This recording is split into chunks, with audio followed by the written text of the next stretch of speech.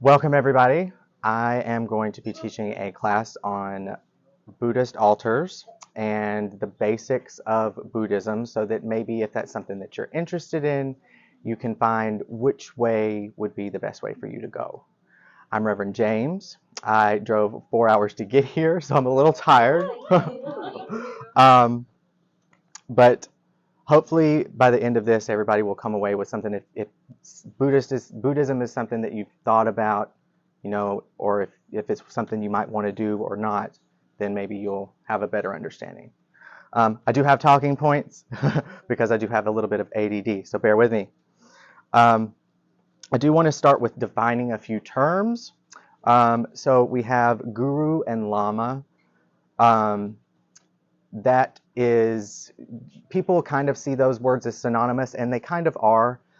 Sanskrit is for the word guru, and Tibetan is the lama. But they can kind of be used interchangeably, but then also they can kind of not be. And I'll give you an example of that.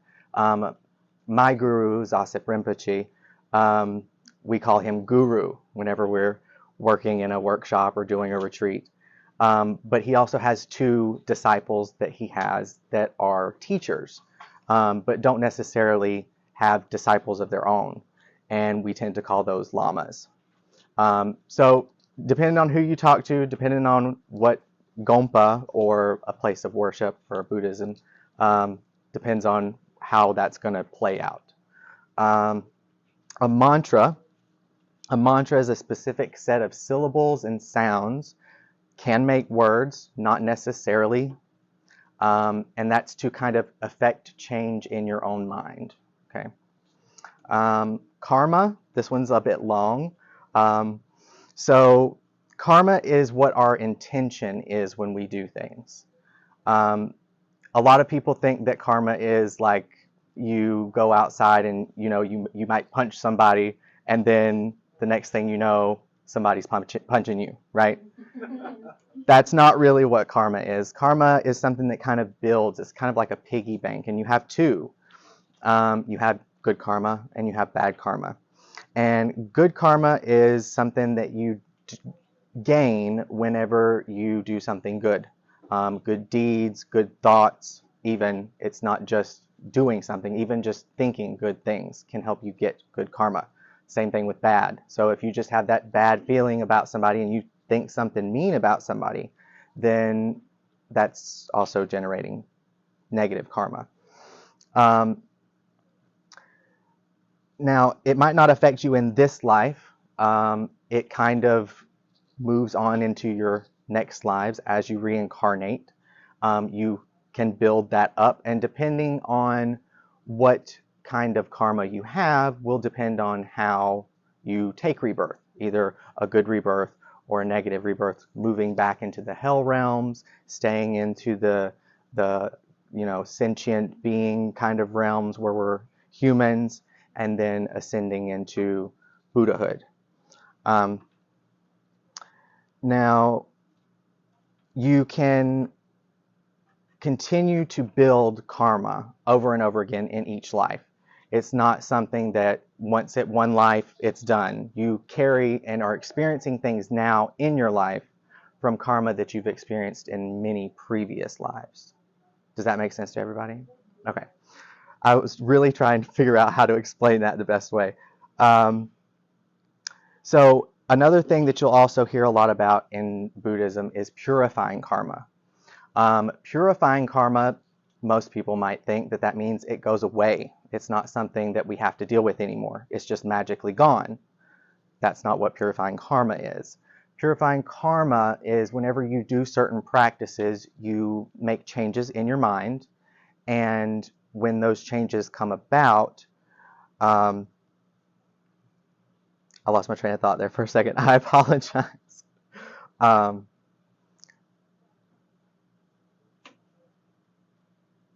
When you bring those things together each time, you might experience something negative in your future life. So you say you did something negative in a past life. Say you stole a coin, okay, in medieval times or something, right? And you continue on into your next lives, and you may not experience anything that is a direct cause for, say, for you to have something stolen from you.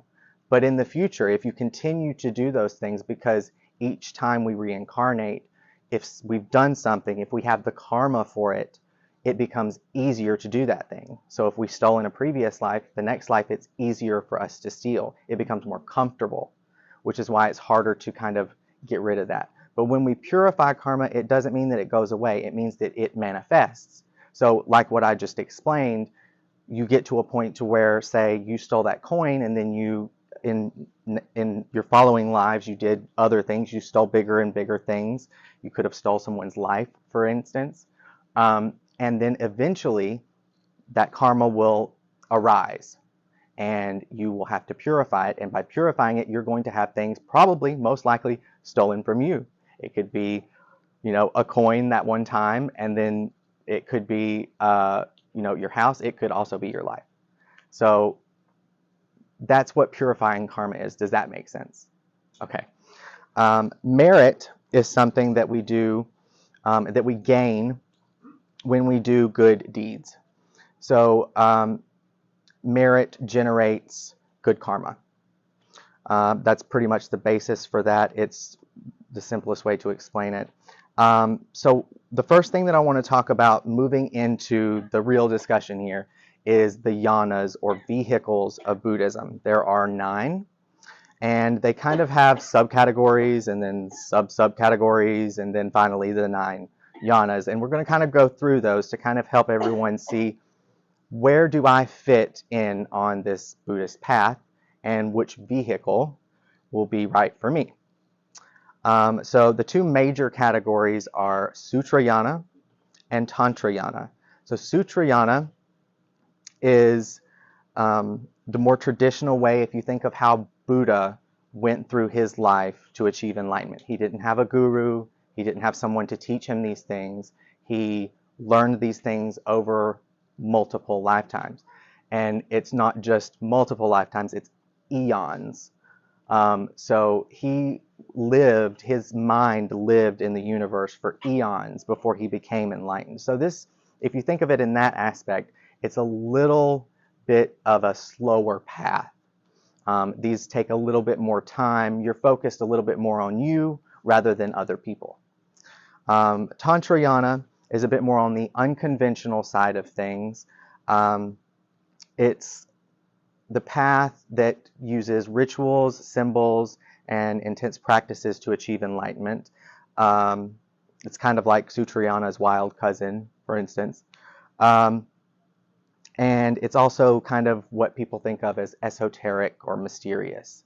That really is kind of the case, because many Tantra things require initiation to learn. You have to be at a point to where your guru thinks that your mind is capable of understanding the complex things that they're trying to teach in one teaching or another. So you have to exhibit some things to your teacher before they'll teach you certain things. Within those 2, we have Hinayana, Mahayana, and Hinayana is what's called the little vehicle. It's not meant to be a diminishment of, this is not a better path. Yeah. Which one? Hinayana? Hinayana. And it focuses on personal enlightenment. So like we were talking about, it's you focusing on you. You're not worrying about everybody else. You're trying to reach your Buddhahood on basically your terms. Mahayana is what's called the big vehicle, and it's called that because it's more encompassing. So where you've probably heard the words bodhisattva, that is a person that cares about other people and has decided to continue to take rebirth and delay their own enlightenment until everyone else is enlightened. So Mahayana is more of the biggest sect, I guess you could say, as we're breaking down these categories. Within Mahayana, there is Tantrayana. Within Tantrayana, which is part of Mahayana, is Vajrayana. And Vajrayana is the lightning vehicle. Vajra means lightning. Because it's all about doing it quickly. You want to reach Buddhahood as fast as possible. Most of tantric practices will give you the promise of, if you follow and hold your commitments, you could achieve enlightenment in one lifetime by the end of this life that you have. And it doesn't matter when you start. It's kind of like the fast track to Buddhahood. Now we're going to break down into the individual yanas, and I'm going to put those under the categories of the other ones. Okay, so I'll list them off so that you can kind of know where we're going, and then I'll go back and we'll dig more into those. So within Hinayana, we have Shravaka, and we have Pratyek Buddha. Okay, and Shavraka, the yana, is like the basic training in Buddhism. It's really focused on oneself, being a good listener, listening to or reading about Buddha, and learning the things that he did to help incorporate that into your own life. It would also be, if you do readings about and read stories about Buddha and his disciples would fit into this category. Sorry, my mouth is dry. Pratyeka Buddha is like a step above that, and it's where practitioners start to become self-enlightened. You've already kind of gotten to a little bit of a point where you realize that there's a little bit something more. There's not just what we see. You start to realize that what is around me is more illusory than real.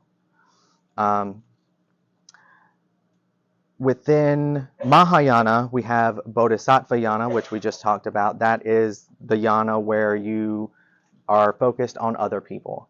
You really want to try to help everyone else achieve enlightenment, and you go and teach, and you help people, you donate to people, you do community service type things. That's pretty much what a bodhisattva is. And as you move on into your other lives, you will continue to do those things because they have become comfortable, like we were talking about earlier with the negative aspects. So you start to continue to do those donations, helping other people, and that moves you further and further, closer and closer to Buddhahood. That's pretty much the only one in Mahayana, but Mahayana is a little bit of an umbrella term. So within Vajrayana, which is in Mahayana, you have the Kriya Tantra. Kriya Tantra is the lower form of initiatory tantric practices. It involves rituals, it involves symbolic practices, it involves small and easy to understand visualizations. Notice most of this stuff is all in your mind. That's what we're focusing on. Everything is your mind, and everybody is a reflection of your mind. Then we have Charya Tantra. It's incorporating those practices now into your daily life. So this is where you're doing it every day. It's not something you just do on the weekends. It's not something you do when you have time. It's something you do every day, and you make that commitment to do it. Then there's Yoga Tantra. It involves physical things now. So like people think of yoga, you do different asanas and things for your body to move energy in a certain way.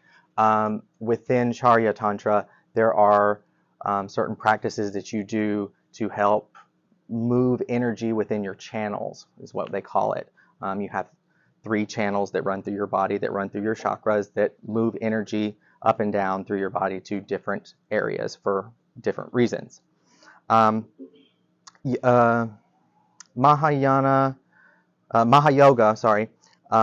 they work more with meditation. You've kind of moved away from the physical aspect. You're focusing, specifically just the mind. I'm not worried about my physical body so much anymore. I'm more worried about, I'll keep it going, but I'm working to commit to expanding my mind and to achieving enlightenment. Then we have Anu Yoga. It's the advanced level of Maha Yoga, and it delves into deeper meditations. You have longer meditations. You have more complex ideas to contemplate, and you have more complex visualizations. So, for instance, in Kriya Tantra, you may just visualize a Buddha, just one type of Buddha. It could be any Buddha, whatever it is, whatever you have that initiation for. But as you move higher into the other tantras, it becomes much more complex. You start to focus on what they're sitting on, their retinue, the people that are around them, the other Buddhas that are in their group, so to speak. And it can even go as far as to things like the refuge tree, which is, depending on which lineage you're in, there is a tanka or a painting that it illustrates the entire lineage of that school. And that is something that many people take refuge in because it is all of those lamas, it's all of that knowledge. And you can put that on your altar as well. We will get to working on altars, I promise. I just want to make sure everybody understands where we're going because, for instance, in Sutrayana, this isn't needed. You don't need all of this. You don't even really need this in Tantrayana. We'll get to that too. Then there's Ati Yoga or Dzogchen. It is strictly with the mind. It is reaching, going beyond just the complex to understanding that complexness comes from emptiness. And that's a really hard concept to grasp.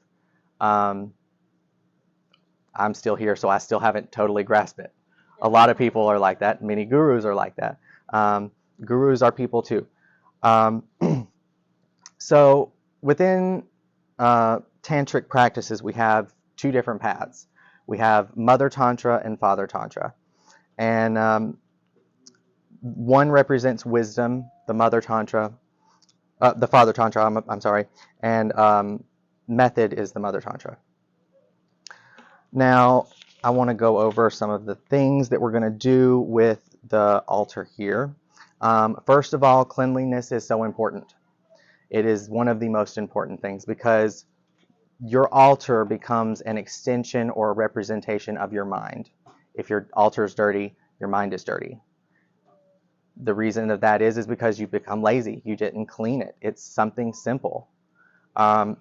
Laziness is not a good thing. So when we clean, there was a story about a man that couldn't remember any mantras. And he was worried that he would never achieve enlightenment. So his guru gave him 4 words.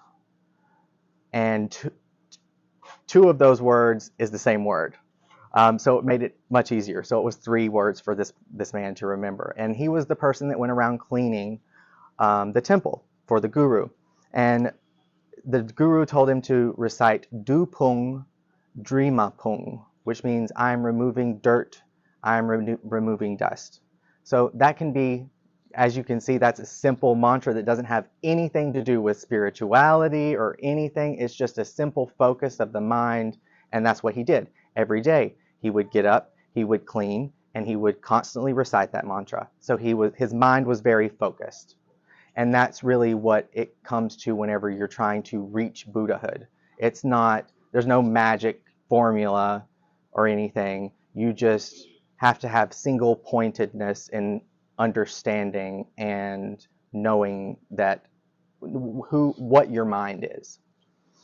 The 3 objects on an altar, the basic ones that you will need, is the body. That could be a statue, that could be a tanka or a painted image, that could be a tsatsa, which is a clay or stone or wood kind of little plaque. People also call it a votive plaque flat on the back, very similar to this, but in a smaller way. And within the tsatsa, there are, and within statues, there are different things like mantra rolls.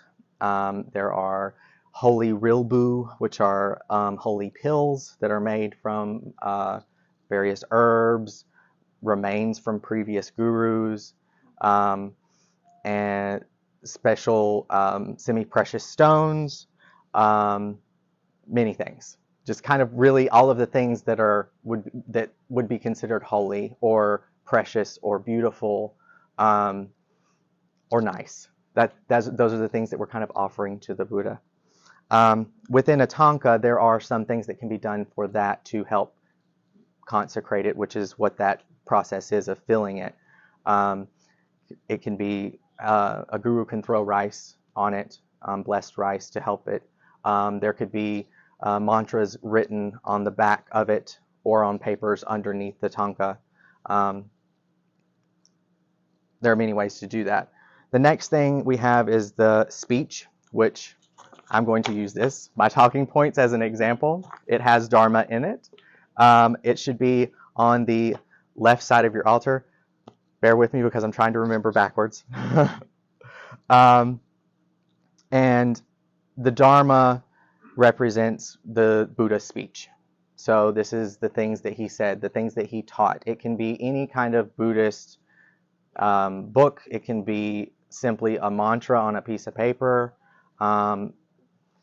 It could be a pecha, which is, if you ever watch Tibetan monks do ritual, they will have these little rectangle stacks of paper that contain the words and things that they need to say for that ritual. And it's usually bound with wood on the top, wood on the bottom, and some string, and then wrapped. So if you ever move your Dharma text, or even if it's on your altar and you're worried about it getting dirty, this is a good way to keep it clean easily. You put it inside of a brocade, some kind of bag, something that will keep it from getting dust on it. So that makes it a little easier to clean. Gives you a little bit more foresight, less to have to do. The next thing we have is the Buddha's mind. And the Buddha's mind is represented by a stupa. This is a stupa that I created. It is a tsatsa of a stupa. It has mantras in it. It has herbs in it, such as mugwort and things like that. And it is something that usually is a very big kind of structure around a gompa or a place of worship for Buddhism that houses the relics that they have. So if you ever go to a Buddhist temple and they have a stupa, this is where they house all of their special relics. Everything that is holy to them is inside this thing to help manifest the mind of the Buddha. In front of the body, so here in this area, you can put things like a picture of your guru. You can also take that picture and put it behind it on a wall if you have that ability. You can also put the refuge tree like we talked about earlier, or specific lineage lamas, so your guru's guru and your guru's guru's guru. Those would all be good things to add in the center there. And the reason for that is because your eyes immediately go to the body of the Buddha, and then you are easily able to visualize and understand the concept that the Buddha is the guru. So the guru is the Buddha. That's one thing that a lot of people have trouble with in Tibetan Buddhism and Tantric practices, is that there is commitment that is made whenever you get an initiation. And that's pretty much in any religion or philosophy or anything. But one of the commitments is that you honor and respect your guru. You pretty much would, a faithful practitioner would do whatever their guru said. If they said go jump off of a mountain, they would jump off the mountain. But a good guru wouldn't tell their disciple to do that. So it's suggested that if that is something that you're interested in tantric practices, you want to find a guru, to check out the guru for 12 years. And that comes from a story where there was a guru and a disciple, that the guru did not accept the disciple as his disciple. And the disciple insisted that the guru was his guru. And even though the guru would beat him, say mean things to him, ignore him, not speak to him, he didn't speak to him, didn't even know his name for those 12 years. That can be a little bit strange for people because you're giving so much to another person. But that comes from that realization of your mind. The guru is me. The guru is the Buddha. It's all the same thing. Everything dissolves into emptiness. That's one of the biggest things in Buddhism. That's where we kind of want to go, is emptiness. That's where the bliss is. In many of the text, it says emptiness and bliss. So that is where we kind of strive to be as a Buddha. When you approach your altar, you do prostrations. So to do prostrations, you honor your guru, you honor the Buddha, you honor the Dharma, the speech, and the Sangha, which is the people who have chosen to renunciate everything and leave everything behind and become a monk. And they constantly work to give and help other people attain enlightenment. And to do that, you say, Namo Gurube, Namo Buddhaya, Namo Dharmaya, Namo Sanghaya. And as you do that, you put your hands in a prayer form, Namo Gurube, Namo Buddhaya, Namo Dharmaya at the mouth, Namo Sanghaya at the heart. And then you take refuge and generate bodhicitta. Bodhicitta is that thing that bodhisattvas do. They get into that mind space that I want to help other people. I want to be of assistance to other people in reaching enlightenment. I want to assist other people in living their lives here in samsara. Samsara is what we're living in now. It's pain, it's suffering. That is what this life is. But we have made it to this point, which is a good point to be, because now we're able to practice Dharma. Everything below humans, animals, insects, demons, ghosts, they're unable to practice Dharma. The only thing that they can do is do certain things to gain merit. And being in those hell realms, for instance, or as an animal that has no understanding of what a human's life is really, it can be very hard. So one of the things is that stupas, these are usually made as tsatsas and placed in various places because anybody that circumambulates a stupa, which means go around it, most often in a clockwise direction, depending on your tantric practice that you're working on, mother or father. And when you do that, you gain merit. It's basically like you are honoring all of those relics that are in the stupa, and all of the lineage lamas that they come from, because they contain things like relics from the cremated remains of previous gurus after they have entered parinirvana. Parinirvana is whenever they have entered into the life that is next from this one.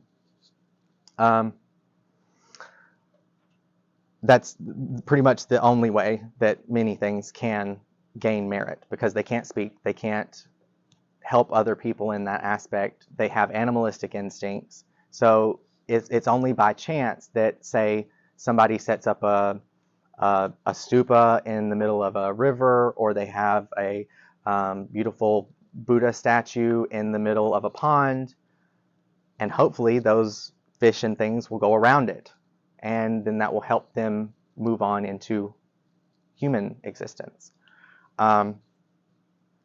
So to generate bodhicitta and refuge, Namo Gurube, Namo Buddhaya, Namo Dhammaya, Namo Sanghaya can mean I honor those things. I honor the Guru, the Buddha, the Dharma, and the Sangha. But it can also kind of translate to I take refuge in the Guru, the Buddha, the Dharma, and the Sangha.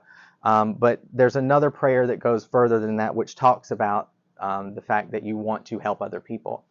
And that is the bodhicitta prayer, which is Sangye Chodang Sokik Chognamla Jangtu Bardu Dagni Kyapsuchi Dagi Gipe Sonamji Drola Panjir Sangye Dupar Shog. And what that means is I go for refuge until I'm enlightened to the Buddha, the Dharma, and the Supreme Assembly, or the Sangha. By the merit I create by listening to the teachings, givings, and other perfections, may I attain Buddhahood for the sake of all sentient beings. That's pretty much the basis for what you would need to do on, approaching your altar.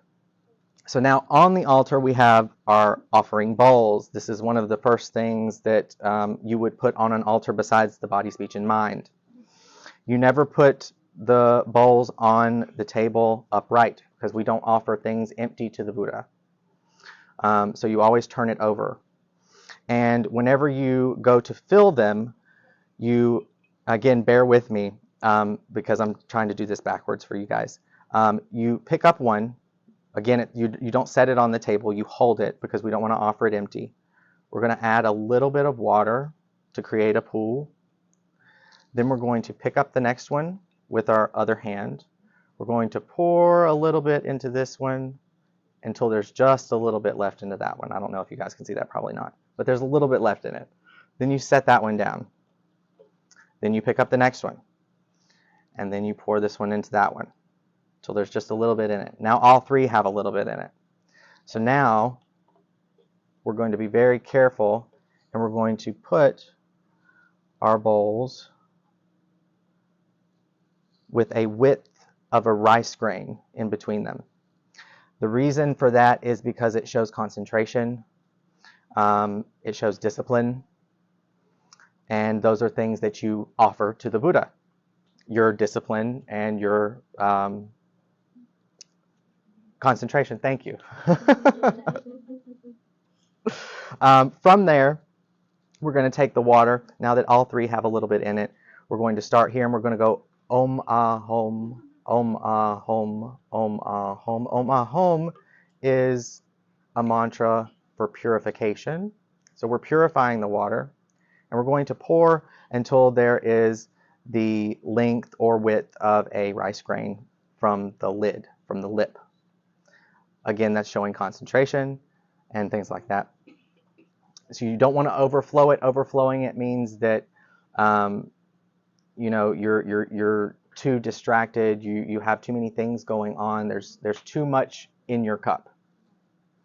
And then you continue on. Om Ahom, Om Ahom, Om Ahom, Om Ahom, Om Ahom, Om Ahom. What was that? These can be any amount. It's not necessarily a specific number here. Normally on an altar, we're going to have 8, at least in the tradition that I work in. And that is for the 8 sensory offerings. The water bowls represent those offerings if we don't have those offerings to offer. Water is a basic thing that everybody has. If you've got bowls, you can make those offerings and visualize them as the 8 sensory offerings. Again, Tantric practice, Buddhism's all about the mind. So even if you don't have it and you imagine it, that you are giving that to the Buddha, regardless. You can, for instance, imagine instead of these being copper, you can imagine them as gold. Yes? So in practices that don't use the ritualist aspects of it, like the physical, would they do it mentally before they did like chanting or meditation or? You mean offering the bowls? Or just offering to do the original? Okay. You mean like in a temple? I'm not really understanding your question. Okay, then maybe I misunderstood when you said earlier. Okay. You definitely could. For instance, I can expound it in this way. If you didn't have anything, you don't have an altar, you don't have nothing, you're homeless, you don't even have a home. You can sit and imagine that you have a Buddhist altar, and that you have the statue of Buddha, and that you have the mind and the speech and everything. That is just as good as everything I have here. The more concentration you have, the better it is. Which is why we do this, because it helps us to have that concentration. It's easier to imagine these things if we can see them, instead of just going, oh, what would this look like? I'm just going to try to imagine it. If you see it, it's easy to close your eyes and see that same image. So now we're going to get into some of the tools. So we kind of already went over the offering bowls here a little bit. Besides water, you can offer anything, anything that you find pleasurable, anything that, well, especially pleasurable, because we want to give away our desire. We don't want to have desire. Desire is not necessarily a good thing, because desire means that we want, and we shouldn't want. We should have everything that we need within us. That's kind of the thought pattern there. So again, say that you are an alcoholic and you're trying very hard to overcome your alcoholism. You can offer alcohol to the Buddha. It is not a bad thing. There is nothing that you can offer to Buddha that is nasty, gross, putrid, or anything that is not purified once you offer it to the Buddha. It becomes nectar for him or her. Depends on which Buddha you're working with. So we went over that. So the 8 sensory offerings. We offer the 8 sensory offerings to accumulate merit, to increase our generosity to people, and towards all sentient beings. And I'm going to walk you guys through mudras and the 8 sensory offerings in Tibetan and in English. So the first one is argam, and that is like this. So you come down and you're like making a bowl, and that is water for drinking. So you imagine that it's a bowl for drinking. Padyam, so we go from here, argam, padyam. So we're doing this as if we're spreading water that we had in our hand, and that is for washing. So it's as if we're washing the Buddha's feet, for instance. Then we have pushpe. Pushpe is flower, so you can see how that is like a flower blooming. Pushpe. Dupe, it's basically once you've pushpe, you're out like this. Dupe, we come back in, and that represents incense. Aloke, this can be heard in 2 different ways. It could be dipe or aloke, depending on what kind of practice you're doing. They both basically mean the same thing, and that is light. And you do that by doing this. So it's like candles. Then we have gende. So gende is like this. Like, imagine like a rainbow kind of. What that is perfume. So it's like we're wafting perfume into the face of the Buddha. And then we have navidye. We go like this with the gende, come back together with our fingers touching, thumb and index finger come together, navidye. This is food for eating. Then we have shabda. So shabda, there are a few different things that you can do here. You can do this, like 2 sticks banging on a drum, shabda. Or you can have your bell. So you can shabda and ring the bell. You can say shabda, and if you have higher tantric practices, play the drum. This is called a damaru. And the things that these represent is that argam, the water for drinking, is to represent receiving the teachings of Buddha. Padyam, for cleaning, represents purifying our negative karma. So like we're washing things away. Pushpe is for realization of beauty of samsara. So we recognize that even though we have pain and suffering here in samsara, it is still beautiful because we have the ability to practice the Dharma. Dupe or incense is representative of our ability to hold our vows and commitments. And then aloke, the light, it's also a butter lamp. That represents our request to develop wisdom and dispel ignorance. Gende, perfume, represents our request to purify habituation and gain discipline. Navidye represents our renunciation of attachment and letting go of desire, because we all need food, we all desire food, especially when we're hungry. And if we offer that to the Buddha, it's like we're giving that thing that we need and want and desire up to him, and we're offering it to him first. It's also a torma. A torma is a type of dough or cake-like thing that very much kind of looks like a stupa in a way. It's kind of rounded on the bottom and kind of cylindrical, conical on the top. And it's made with roasted barley flour, or you can use oats, roasted oats. But that's ritual food that you offer to the Buddha. You don't have to have that. You can just offer a cake. You can offer a cookie.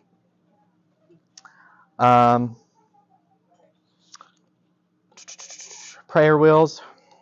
This is a prayer wheel. It has mantras inside of it. You do it like this. It depends again on the tantra that you're doing. Some people do it with the left hand. If they're doing the mother tantra, father tantra, right hand. You never lay it down on your altar. It is disrespectful. So what we have here is just a little cup with little jewels or glass pebbles to stand it up in on the altar. Then we have the Vajra and dorje. The Vajra and bell. This is also known as a dorje or lightning, adamantine scepter, diamond scepter. And you usually it has a longer end or a shorter end on these little points. Whichever one's the longer end is the one that points out. So you hold it like this with your hand. You hold it like this, pointing outwards. On the bell, you have a little face. You guys can't see this, but in the center, on one side, there's a little face. That face is representative of the Buddha or the dakinis that always faces you whenever you're ringing it. And when you do the bell, you start with 3 quick ones and then go down to a simple beat. You notice I'm only using my fingers. I'm not using my whole hand. I'm not using, except for whenever I start and end. So now whenever I'm ending, you see me move a little bit more. Same thing with the damaru, except whenever you're using it, you start with this, end with this. This is second, beginning, and first at the end. Another common thing that you'll find is mandala set. It is representative of the universe. It has a base and 3 rings and an ornament that goes on top.